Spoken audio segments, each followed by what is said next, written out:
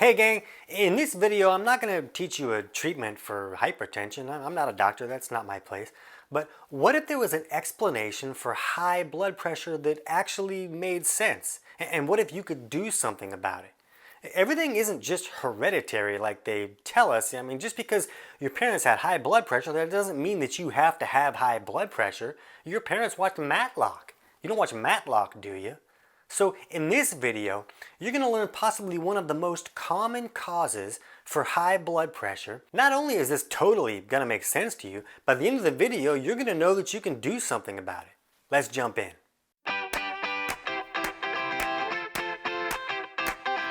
TC Hale is not a doctor and does not claim to be a doctor or licensed in any type of medical field. Don't be an idiot and use anything heard on the show as medical advice. This information should be used for educational purposes only, and you should contact your doctor for any medical advice. Now get off me.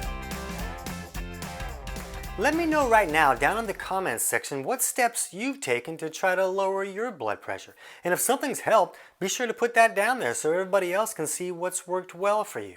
Now, for high blood pressure, there's actually a wide variety of underlying causes. But when blood pressure is elevated, something is causing the body to require more pressure to push your blood through the vascular system.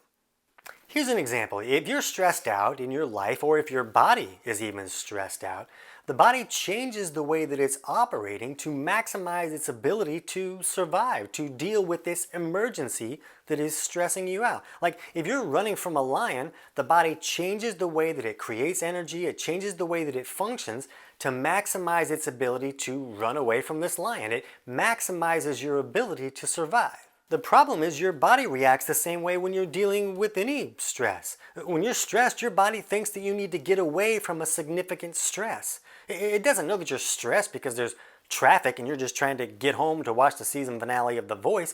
It thinks that you're trying to run away from a lion. It thinks that there's a significant threat, and it changes the way that your body operates when you're stressed about something stupid like that.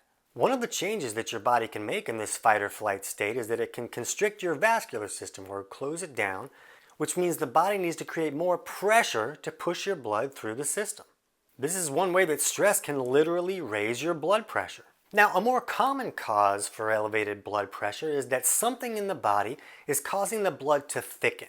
Like, would it be easier to push red wine through your veins or pancake syrup? Pancake syrup would take a lot more pressure to push through the system. Now, most people's blood is not going to be as thick as pancake syrup, but you can see the point that if something was thickening the blood, it would take more pressure to push it through the system correctly. One of the common causes for thicker blood and therefore higher blood pressure is high blood sugar. Sugar thickens our blood. That's one of the reasons why we see elevated blood sugar with type 2 diabetes. As we move towards insulin resistance and the cells become less effective at sweeping blood sugar and glucose into the cells, that sugar can accumulate in our bloodstream. And as the glucose accumulates, it thickens our blood and can raise our blood pressure.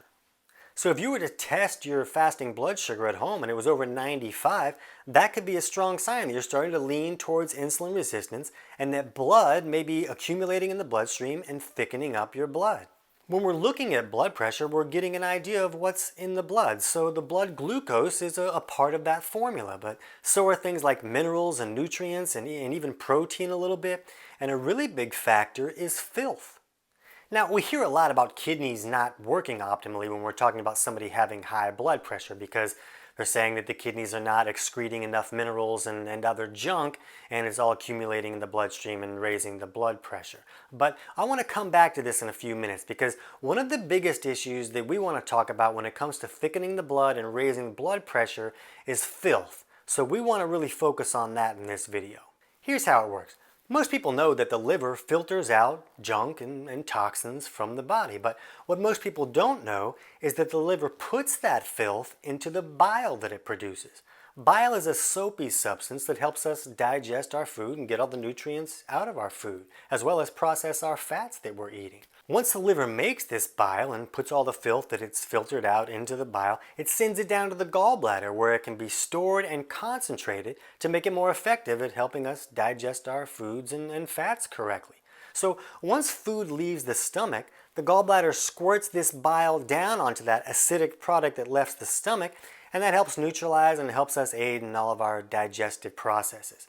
Now what happens is this bile that had all the filth in it continues through the intestinal tract until it eventually goes out the back door when we poop. That's the body's main exit strategy for filth. It puts the junk in the bile, and as it goes through the intestinal tract, it leaves out the back door. Here's the problem. There's a lot of factors in today's world that can cause our bile to become too thick and sticky to flow correctly. So if it's not flowing correctly, all those toxins and filth that got put into the bile, it's not flowing, so it's not going out the back door. So what happens is a lot of that junk gets reabsorbed in the system, and the liver has to filter it out all over again. It's like, hey, I just did this. Why you gotta give me again? As the liver gets overwhelmed, filth and toxins accumulate, and now the blood becomes thicker, and now this thicker blood requires more pressure for the system to push it through the vascular system, and our blood pressure goes through the roof. We talked earlier about how kidneys can often be blamed for not functioning optimally for people with high blood pressure, but the reality is that in a lot of these situations, the kidneys are just being asked to do a lot of the work that the liver should have done. The kidneys are being asked to get rid of all this junk that wasn't removed in the bile because the bile wasn't taking the trash out. You know, to magnify this problem, a lot of people aren't drinking enough water to help the body wash any of this junk out. You know, I hear from clients all the time and they're just like, yeah, I just had some water when I brushed my teeth last Thursday. And this morning I had watermelon Jolly Ranchers. I had watermelon Jolly Ranchers.